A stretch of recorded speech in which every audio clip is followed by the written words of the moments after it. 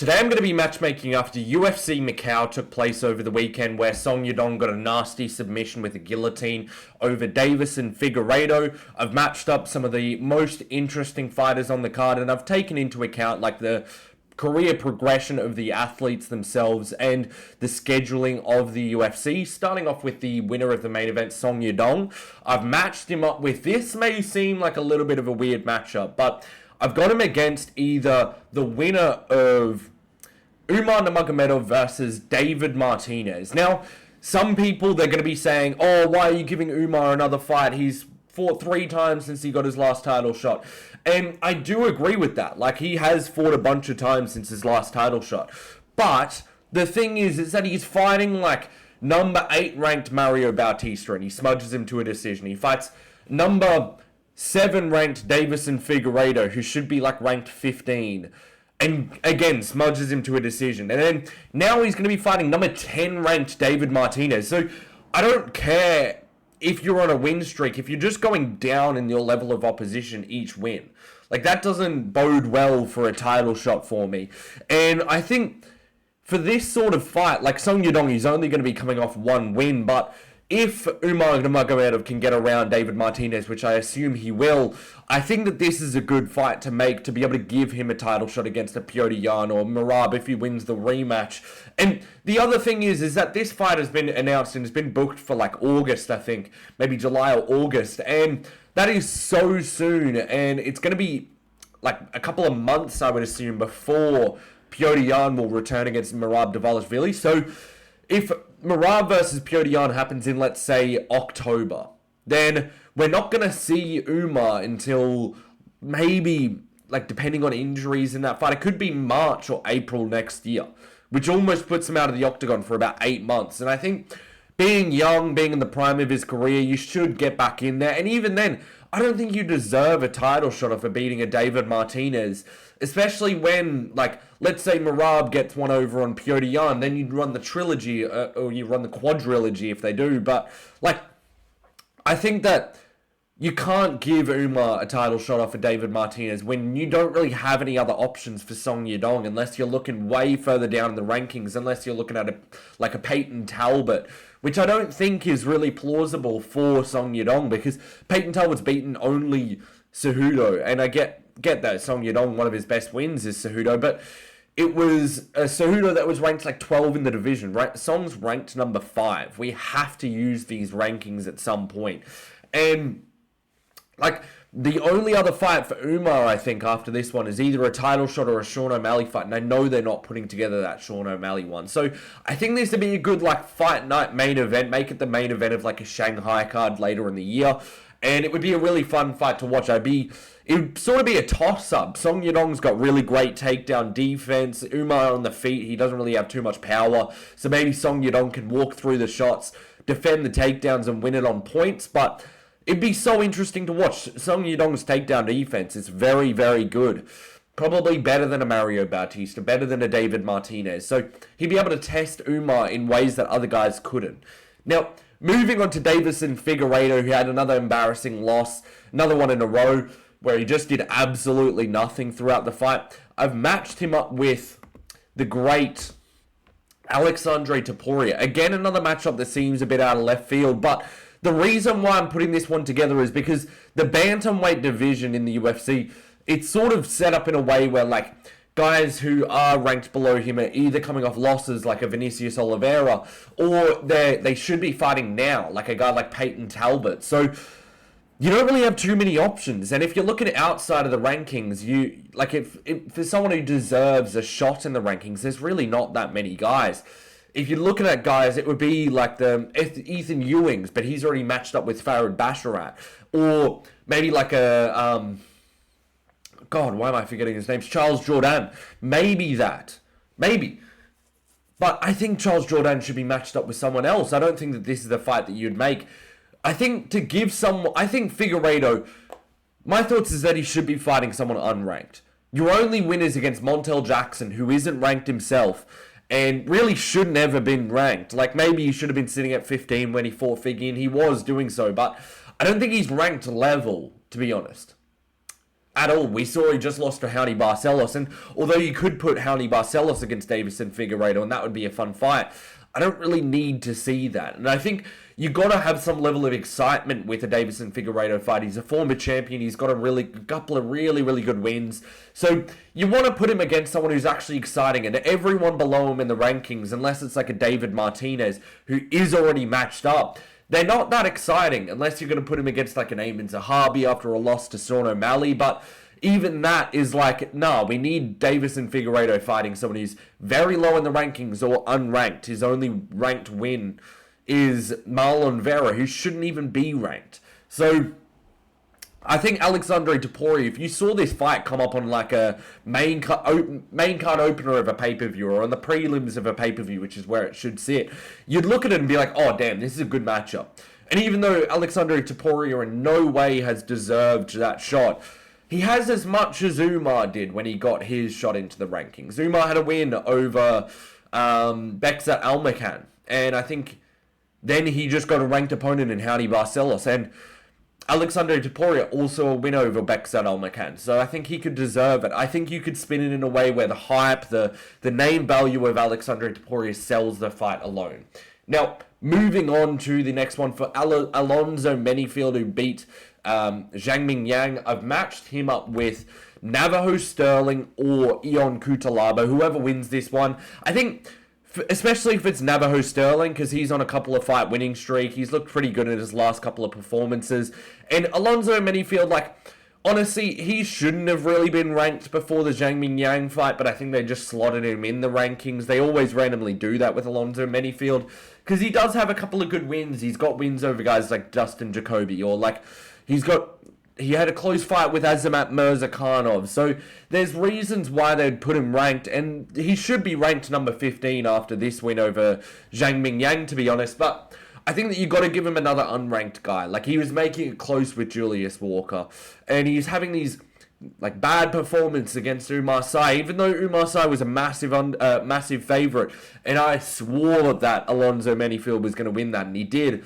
I think that you've got to match him up with someone who's unranked and another prospect like a Navajo Sterling. And if Ion Cutelaba wins, honestly, I don't really love the fight between Ion Cutelaba and Alonzo Menefield, but it's a fight that could fill up like an Apex main card, like fifth fight on the card. Moving on to the next one though, we've got a Alonzo Menefield victim here, Zhang Mingyang. Rip Zhang Mingyang, 2 losses in a row, really bad losses. Billy Elikana is a very good fight to make next. Zhang Mingyang, look, he's got a couple of good wins, and he's close to being in the rankings here, even with his 2 losses. And I think Billy Elikana, a guy on a 3-fight winning streak, had some good moments against Kevin Christian, against Junior Tafa.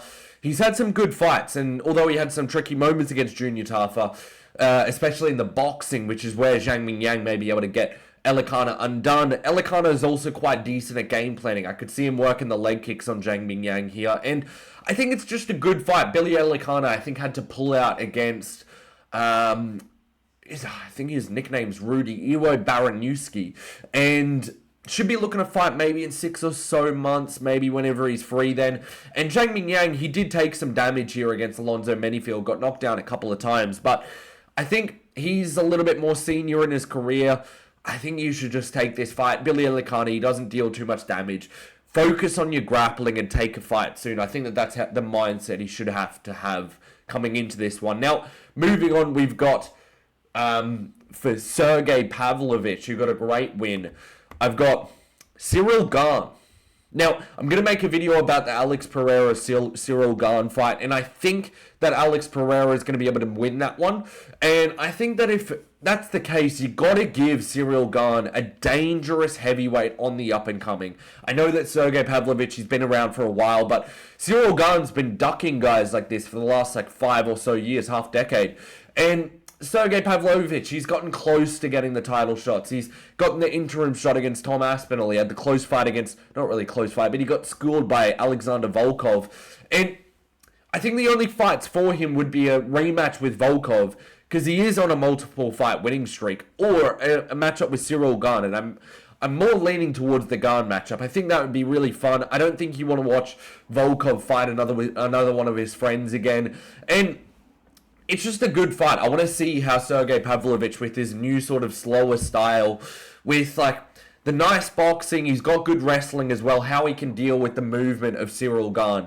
And if Cyril Gane can pull off one of his finishes that he usually does against these plottier guys, and I want to see it happen. I need to see Cyril Gane come up against a good wrestler as well, which we really don't see. I think this is going to be a great fight if they can make it. Now, for Deiveson Teixeira, who again has been slimed out by another heavyweight's wrists, I've matched him up with a tough one. It's going to be Mario Pinto. Mario Pinto's sort of the prospect that Deiveson Teixeira was expected to be. And Deiveson, look, like I don't really... Honestly, this matchup is not in his best interest, but I think he really didn't take that much damage in his TKO. He got knocked down by wrists, and it's always off balance with him. He doesn't look rocked when he gets dropped like that. Same thing with Derek Lewis. When he gets dropped, he didn't really look too rocked. It wasn't too wobbly, but he's just so easy to topple over. And Mario Pinto, I think he will go out there and slime him out. Any good heavyweight should do the same to Deiveson Teixeira, with how upright he's constantly standing, how little head movements he has as well. And he's just so upright, toppleable. He's going to get done by Mario Pinto. He's going to out-grapple him. He's going to knock him out on the feet. Any of those options. He's going to submit him. I just think that you got to remove Deiveson Teixeira, and you got to get him fighting some fatties. Whilst he's ranked, he's not going to be fighting those guys. You got him getting up against, you got him match him up against, the Sean Sharafs for the moment. He's still, 27 years old, but he's just getting smoked by these guys at the moment. And I think we have to get him out of the rankings and send the demolition man to do so. Now, moving on to the next one, I've matched up Kaya Sakura with Rob Font.